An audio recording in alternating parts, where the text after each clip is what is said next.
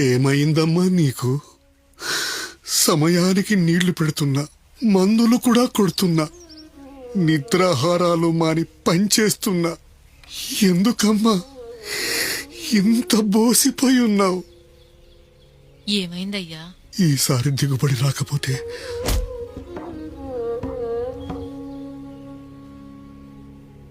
ఎప్పుడు ఎవరో ఒకరిపై ఆధారపడ్డం తప్ప ధైర్యంగా ఒక పంట కూడా పండించలేడా రైతు? రంగనో, ఓ రంగనో, రంగనా, ఓ రంగనా, ఏ ఆగే. ఏందే పిలిస్తే పలుకుతలేవు? ఇద్దరం ఒకటేసారి పంటేసినాం, ఒకటేసారి నీళ్లు పెడతాం, మందులు కూడా కొడతాం. మరేంది? నీ పంటేమో పచ్చగా దిగుబడిగా, నా పంటేమో దిగులుగా. ఎట్లంటావు? గంతేనా? చూడు రంగన్న, ఒకటేసారి పంటేసినా ఒకటేసారి నీళ్లు పెట్టినా నీకు నాకు ఒక్క తేడా ఉన్నది. ఏంది అది?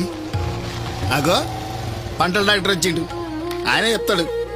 రంగన్న, పంట పెరగాలంటే మట్టి సారవంతంగా ఉండాలి కదనే.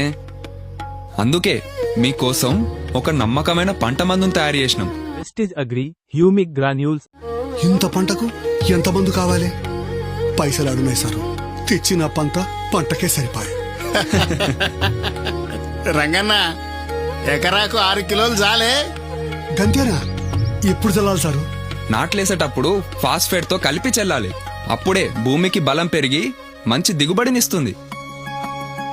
భూమికి బలం ఇవ్వడం కోసం ఎంతో మంది నిపుణులచే ల్యాబ్ లో పరీక్షలు చేసి ప్రత్యేకంగా తయారు చేయబడిందే వెస్టిజ్ అగ్రి హ్యూమిక్ గ్రాన్యూల్స్.